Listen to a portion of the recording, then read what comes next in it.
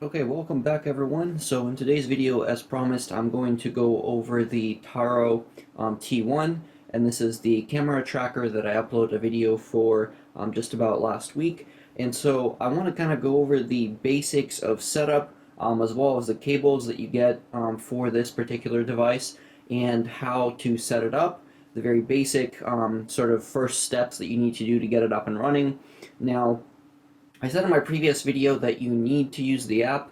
The thing is, you really only need to use the app if you end up using your smartphone versus a GoPro, and even then it's mostly for editing. So you can get the Taro up and running without using the app and have it track, which is, again, of course, great because that means that you don't necessarily have to rely on having your smartphone charged up and ready to go anytime that you need to use it. So let's go over some of these cables here, as well as sort of what you get in the box, and we can kind of go from there. Now you can see kind of right in front of me here is the tracker. Now the way that these come from the factory is that you have the strap, and then you have the Velcro tracker that attaches to said strap to allow you to, at that point, mount it onto your arm, or if you have some other clothing that you want to mount it onto, that would be the way to do it. If you're not mounting it onto clothing, then you may want to get some Velcro strips that will allow you to, at that point, mount it to something else. That way you are able to track said object that way. It's really straightforward to set up, as you can see, and I'm going to kind of do a really quick demonstration here. So all you literally do is you attach this part to the Velcro strap, and then you essentially just kind of guide this portion through, and at that point you just kind of lock that down, whichever direction you end up putting it on, and then you've got your armband or what have you to be able to attach the tracker that way. So that's the way that you would set up the tracker. Really straightforward. Now I want to get into something that maybe not everybody will necessarily have, but this is something that I got from my Taro, and that's the actual GoPro tracker, or the GoPro mount to be more specific. So you can see that in essence what it is this little plate, which then ends up fitting inside of the Taro phone holder. And then because I have the GoPro Session as opposed to the regular GoPro, I got this little session holder, which means that in essence I'm able to put the GoPro in there and snap it shut, and I'll show you guys how that's done in just a little bit here. Okay, so what you'll need to do is you'll need to unscrew these little screws in the back here. So this ends up coming off, and then if you need links to this particular part that I ended up getting off of Amazon, I'll put the links in the description as well. So it's two pieces, they come separately. You can buy them two together, but what I have found is that you really want to get the one that's like this for the GoPro Session, and the reason being is that if you get a different piece, the problem ends up being that you cannot push the record button that's on top of the Session when using it, and that's kind of a big problem with a lot of these because they have a center mounted solution which is not offset, and that makes it a big problem. So now that you have the piece attached, all you really need to do is you need to secure it by using the screws that they provide you with. So all you really do is you just basically kind of end up pulling them through this way, and then for the bottom section the same thing ends up happening. You just kind of have to stick that in, and then at that point you end up securing the GoPro in place. Now it's kind of hard to do this without really having a stable platform to do it on.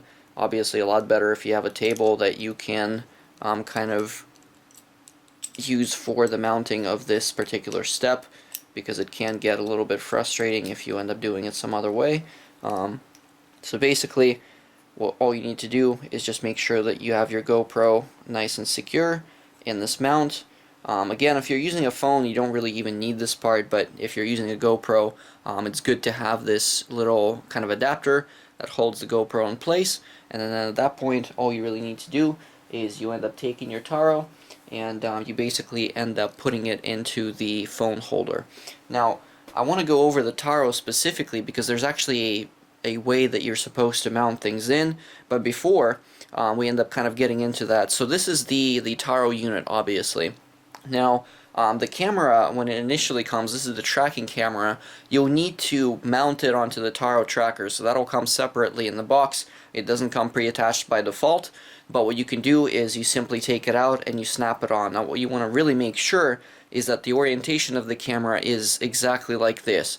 If you mount the camera facing the other way, you're going to have a lot of problems with tracking on this device, And I found that out the hard way, thinking that it was actually going to sit like this with the phone facing the other direction, and I ended up mounting the camera in a different position, and that just basically ruined things. So that's basically how you want this to look. You want it to sort of be facing this way. From that point forward, if it just so happens when you turn the tracker on that it ends up being rotated funky, you can use this little thumbstick right here to essentially force it to rotate the way that you want it to actually face. Now, something else that you have in here is you have a little knob actually, and this knob allows you to rotate this piece. So for example, if you want to use your phone or GoPro vertically, all you need to do is you need to basically just kind of rotate this all the way out. It basically unscrews, and then you simply tilt this guy around, and then you can have your phone sort of facing out vertically at that point, facing that direction. Again, really straightforward. And once you're done with that, you simply basically screw this piece back in, and then you are good to go.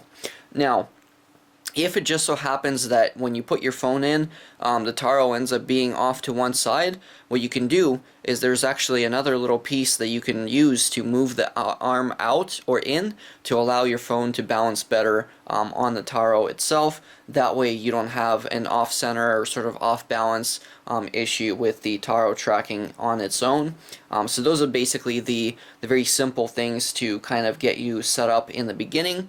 Now, something else to keep in mind is that if you want to charge the Taro, the cables come in the Taro case, and you have a micro USB charger at the bottom here, and so you also have a micro USB cable that comes with the Taro to allow you to charge it. Personally, I think that if you're just able to get like some micro USB charging cable for your phone, it will be a lot longer and allow you to charge this thing a little bit easier than if you were to use the supplied cable. That's just my opinion, but that's something that you can do. Now, a little known trick here is that there is also a way to connect the camera tracker to the gimbal arm itself to allow it to use the much larger battery in the gimbal to charge this thing. What I have found is that this particular camera seems to run out of batteries really quickly, and that's kind of frustrating, especially if you're out shooting for a while, if you are unable to get basically a good charge on it. So what you can do, if you flip this guy over, there's a little portion here that opens up, and I'm never particularly great at opening it, but what you also have is you have this little USB, it's like a universal kind of flip any direction USB type A to USB-C, and all you really need to do is you need to basically put this guy in here, and then from that point forward you connect that to your camera tracker, and that ends up giving you some extra juice just so that you can have it basically be attached and getting power from the gimbal itself and continuously receive power and be charged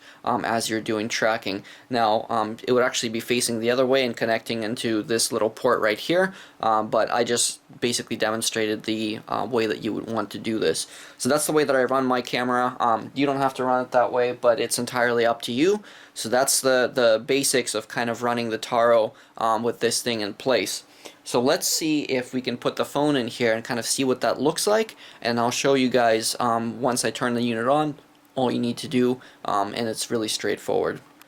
Okay, so I have my phone in here, and really all you need to do is basically you just pull the two sort of sections here apart, and then you can mount your phone in there, and you want to make sure that the camera faces out this way, again with the gimbal looking exactly like this, before you are able to actually start filming anything. And then once you are ready to go, all you need to do is you need to hold this little power button down, and then the gimbal is going to turn itself on and start stabilizing your phone. As you can see, by default it ends up kind of rotating your phone around, and that's completely fine. You can then kind of play around with the joystick at the bottom here and then rotate whichever way you want. You can do left, right, you can do up and down, and at that point all you really need to do is you will need to turn on the camera tracker up on top. So you turn on the camera tracker, and initially it's going to be red, eventually it will go blue, and then it will in time go green, letting you know that it is actually now connected with the gimbal and that it's ready to receive tracking. At that point on, once you have your tracking, basically, I don't know, these trackers, the IR trackers, all you need to do is hold a button down here, and then you can select either outdoor or indoor by simply holding it down once or holding it down again, and then to turn it off you simply hold it down for a very long time until the light comes off. But once you've turned it on, you can kind of just show it to the camera and it will start tracking at that point. So again, it's very, very straightforward to get this up and running. Now, if you want to use a GoPro, basically the same sort of thing applies. All you really need to do is you need to simply take your phone out and put the GoPro in place. So I'm going to show you guys that in just a second. Okay, so phone is out, GoPro's in. Again, same idea. You basically pull these two, pieces apart down here, and then you end up inserting your GoPro mount with your GoPro in there. And just as before, you can use the thumbstick to basically move it up and down, left or right, to get the desired angle that you want. And from that point, as I've said before, you simply need to turn on your camera, turn on your tracker, and it's going to start tracking whatever object you have in place. Again, if you need extra power, make sure that you attach the USB cable from here and then plug it into the camera tracker up on top. And really, that's all there is to it. Now, what I do recommend is there's basically a mount to put this thing into a tripod. I strongly suggest doing it that way as opposed to just holding it in your hand. But, if you do need to hold it in your hand and follow someone, that's also a good way to do it. But generally speaking, this thing has been designed to be a camera follower for you so that you don't need to have an actual cameraman with you at all times to allow you to get this thing up and running. Now, this is a really short, really quick video of all the gadgets that you get in the TARO box. Now, for the most part, I'm going to be doing a review of this thing, like a full-on review, once I kind of get some more of my gear together and a better camera. I'm waiting on my 4K camera to come in, so hopefully I'll be able to do a review with an actual decent camera and decent mic quality as well. So you guys will be able to take a look at that. If you have any comments, if you have any suggestions, feel free to leave those in the box below. Again, if you want to know some more about the various settings that are on this device, you can actually take a look at the manual. I have tried kind of taking a look at some of these, but I've had fairly poor luck setting it to anything decent so far, and I find that by default, the way that it's set up, it works perfectly fine, so you don't really need to take a look at any of those necessarily, but it's entirely your call. Again, so if you want to charge these devices, they have a charging port in the TARO gimbal. They also have one for the camera, and then again you can use the gimbal arm over here to connect to the camera up on top to allow it to get a charge from the gimbal portion itself. So hopefully this video makes a little bit of sense and makes it easy for you guys to set your TARO up. It's really straightforward and it's really quick once you get the hang of it, and I'll see you folks in my review video for the TARO.